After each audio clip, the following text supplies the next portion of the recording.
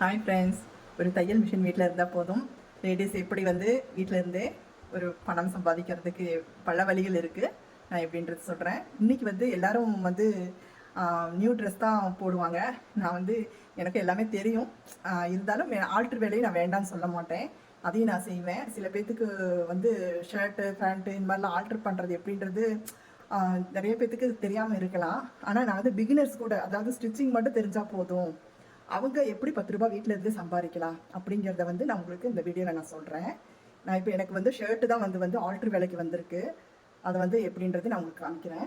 பாருங்கள். இப்போ இந்த வீடியோ பார்த்தீங்கன்னாக்கா உங்களுக்கே தெரியும். வீடியோவில் அதாவது ராம்ராஜில் தான் வாங்கியிருக்காங்க. இது வந்து பார்த்திங்கன்னா ரொம்ப லென்த்து பெருசாக இருக்குது, கை வந்து ரொம்ப லூஸாக இருக்குது அப்படின்னு எல்லாம் சொல்லி இது பண்ணி ஆல்ரெடி நான் இதெல்லாம் ஸ்டிச் பண்ணிட்டேன். சரிங்களா? இதெல்லாம் பாருங்கள், பழைய ஃபினிஷிங்கில் வந்து நல்லா பண்ணிவிட்டு நான் போடலை. ஆனால் இந்த இடத்துல தான் கொஞ்சம் ரொம்பவுமே எனக்கு கஷ்டமாக இருந்துச்சு. நான் அடுத்த ஷர்ட்டில் வந்து நான் இந்த அளவுக்கு வேலை இழுக்க போகிறதில்ல, வேறு மாதிரி தைக்க போகிறேன். இதெல்லாம் முடிச்சுட்டேன். சரிங்களா? 3 ஷர்ட்டில் வந்து 2 ஷர்ட் முடிச்சுட்டேன். இங்கே பார்த்தீங்களா, இது வந்து ஸ்ட்ரைட் கட்டில், இந்த ஆப்பிள் கட்டு சொல்லுவாங்க இல்லையா, இது இந்த மாதிரி.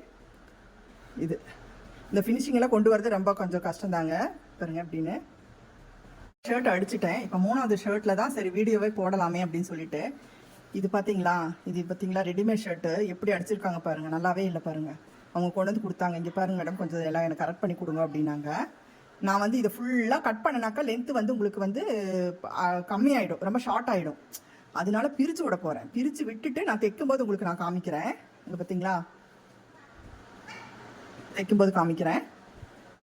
ஹாய் ஃப்ரெண்ட்ஸ், பாருங்கள், நான் பிரித்து வச்சுட்டேன். நான் பிரித்து அதே மாதிரி கட் பண்ணி வச்சுட்டேன். ஸ்ட்ரைட் கட்டு கிடையாது, இது வந்து ஆப்பிள் கட்டுன்னு சொல்லுவாங்க இல்லையா, அது. இப்போ நான் வந்து உங்களுக்கு வந்து காமிக்கிறேன் பாருங்கள்.